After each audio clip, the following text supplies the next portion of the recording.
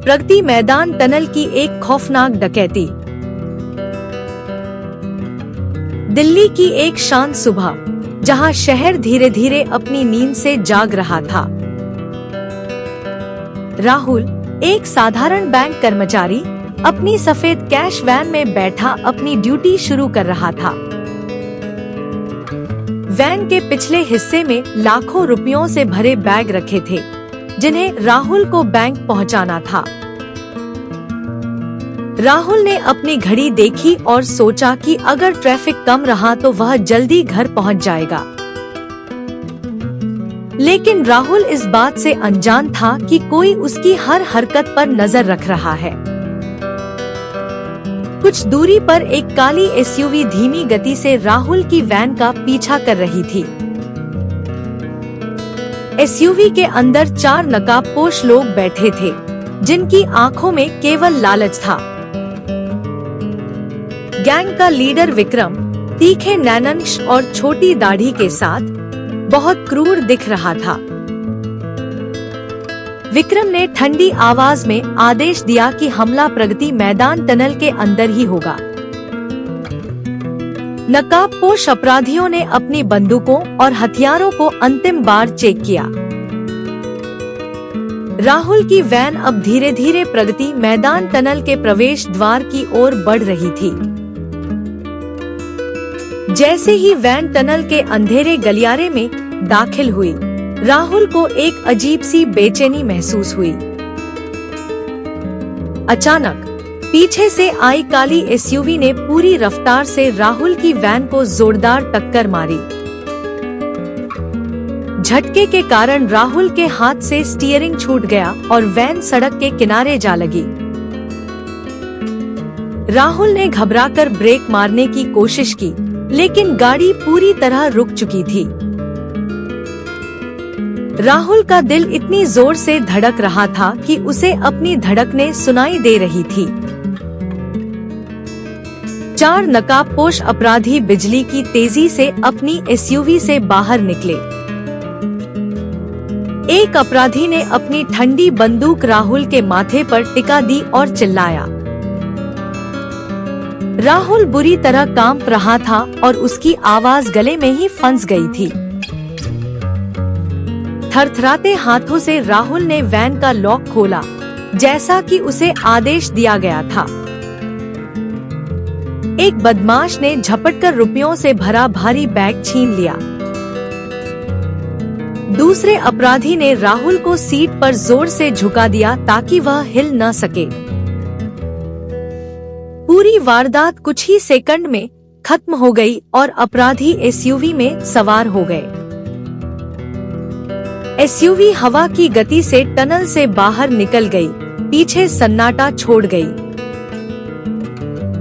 सदमे में डूबे राहुल ने जैसे ही होश संभाला, उसने तुरंत पुलिस को फोन किया। राहुल की आवाज में गहरी दहशत थी जब उसने अपनी लूट की खबर दी। इस हाई प्रोफाइल केस की जिम्मेदारी अनुभवी इंस्पेक्टर अजय सिंह को सौंपी गई। अजय सिंह ने घटनास्थल पर पहुंचकर पूरी जगह का बारीकी से मुआयना किया। अजय सिंह ने गंभीर स्वर में कहा कि यह किसी पेशेवर गैंग का काम है। अजय सिंह ने टनल के सभी सीसीटीवी कैमरों की फुटेज खंगालने का आदेश दिया। शुरुआत में पुलिस को निराशा हाथ लगी क्योंकि एसयूवी की नंबर प्लेट नकली थी। कांस्टेबल सुमित घंटों से फुटेज देख रहा था और उसकी आंखें स्क्रीन पर टिकी थी। अचानक सुमित चिल्लाया कि एक एंगल में अपराधी का नकाब हल्का सा खिसक गया है। स्क्रीन पर एक अपराधी का चेहरा साफ दिख रहा था, जिससे अजय सिंह के चेहरे पर मुस्कान आई। अजय सिंह ने उस चेहरे का स्क्रीनशॉट लिया और उसे शहर के सभी क्राइम रिकॉर्ड्स से मैच करने का आदेश दिया। सुमित ने डेटाबेस में खोज शुरू की और पाया कि यह चेहरा एक पुराने डकैती गिरोह के सदस्य से मिलता है। पुलिस ने पिछले 10 दिनों की सैकड़ों सीसीटीवी फुटेज को आपस में जोड़कर अपराधियों का रूट मैप तैयार किया। फुटेज से पता चला कि अपराधियों ने कई दिनों तक राहुल की कैश वैन की गतिविधियों की बारीकी से रेकी की थी।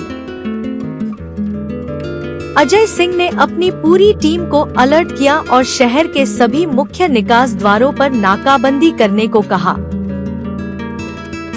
तभी खुफिया जानकारी मिली कि आरोपी दिल्ली की सीमा पार कर चुके हैं और उत्तर प्रदेश की ओर बढ़ रहे हैं। अब यह मामला एक अंतर्राज्यीय पीछा करने में बदल गया, जहां पुलिस की गाड़ियां तेज रफ्तार से दौड़ने लगी। अजय सिंह अपनी टीम के साथ राजस्थान की तपती सड़कों और रेतीले रास्तों पर अपराधियों का सुराग ढूंढ रहे थे। उधर एक गुप्त ठिकाने पर अपराधी अपनी जीत का जश्न मना रहे थे और लूटे हुए पैसों को गिन रहे थे। विक्रम के चेहरे पर एक क्रूर मुस्कान थी। उसे यकीन था कि पुलिस कभी भी उनके ठिकाने तक नहीं पहुंच पाएगी। अत्यात्मविश्वास में डूबे गैंग का एक सदस्य अपने परिवार से बात करने के लिए अपना मोबाइल फोन चालू करता है। जैसे ही फोन चालू हुआ, पुलिस के तकनीकी सेल ने तुरंत उस सिग्नल को ट्रेस करना शुरू कर दिया। सिग्नल की सटीक लोकेशन एक छोटे से शहर के पुराने और सुनसान मकान में मिली। अजय सिंह ने बिना समय गंवाए अपनी टीम के साथ उस मकान पर धावा बोलने की एक गुप्त योजना बनाई। रात के ठीक 2 बजे थे। चारों तरफ सन्नाटा था और पुलिस की गाड़ियां चुपचाप मकान को घेर चुकी थी। अजय सिंह ने अपने जवानों को अंतिम इशारा किया और हमले का आदेश दिया। एक जोरदार धमाके के साथ पुलिस ने मुख्य दरवाजा तोड़ दिया और अंदर प्रवेश किया। अंदर अफरातफरी मच गई। अपराधी घबरा गए और अपनी बंदूकें उठाने की कोशिश करने लगे। एक अपराधी घबराहट में खिड़की से कूदकर अंधेरी गलियों की ओर भागने लगा। पुलिस और अपराधी के बीच एक रोमांचक पीछा शुरू हुआ, जहां दोनों गलियों की भूल भुलैया में दौड़ रहे थे। आखिरकार उस भागते हुए अपराधी को एक बंद अंधेरी गली में घेर लिया गया, जहां बचने का कोई रास्ता नहीं था। काफी संघर्ष और हाथापाई के बाद पुलिस ने उसे दबोच लिया और हथकड़ियां पहना दी। पूछताछ कक्ष में अपराधी पहले तो पत्थर जैसा चुप रहा, लेकिन अजय सिंह की सख्ती के आगे वह डगमगाने लगा। जब अजय सिंह ने उसे उसके साथियों द्वारा धोखा दिए जाने का डर दिखाया, तो वह पूरी तरह टूट गया। उसने रोते हुए पूरे गैंग का कच्चा चिट्ठा खोल दिया और मास्टरमाइंड विक्रम के बारे में सब कुछ बता दिया। सबसे बड़ा खुलासा यह था कि विक्रम अभी भी दिल्ली के एक आलीशान फ्लैट में छिपा हुआ था। विक्रम को पूरा यकीन था कि उसने सारे सबूत मिटा दिए हैं और पुलिस कभी उस तक नहीं पहुंच पाएगी। 3 दिन बाद दिल्ली के उस पॉश इलाके के फ्लैट पर अचानक पुलिस की रेड पड़ी। जैसे ही दरवाजा खुला, सामने विक्रम खड़ा था और पुलिस को देखकर उसके चेहरे का रंग उड़ गया। वह जो अब तक खुद को खुदा समझ रहा था, अब एक लाचार कैदी की तरह पुलिस की गिरफ्त में था। पुलिस ने उसके ठिकाने से न केवल लूटे हुए लाखों रुपए बरामद किए, बल्कि नकली नंबर प्लेट्स भी मिली। अगले दिन दिल्ली के हर टीवी चैनल और अखबार में इस बड़ी डकैती के पर्दाफाश की खबर छपी। अदालत में सीसीटीवी फुटेज और मोबाइल लोकेशन के पुख्ता सबूतों ने अपराधियों की किस्मत का फैसला कर दिया। सभी अपराधियों को उनके जघन्य अपराध के लिए उम्रकैद की कड़ी सजा सुनाई गई। इंस्पेक्टर अजय सिंह ने मुस्कुराते हुए सुमित को समझाया कि अपराधी कितना भी शातिर हो, एक छोटी सी गलती उसे पकड़वा देती है।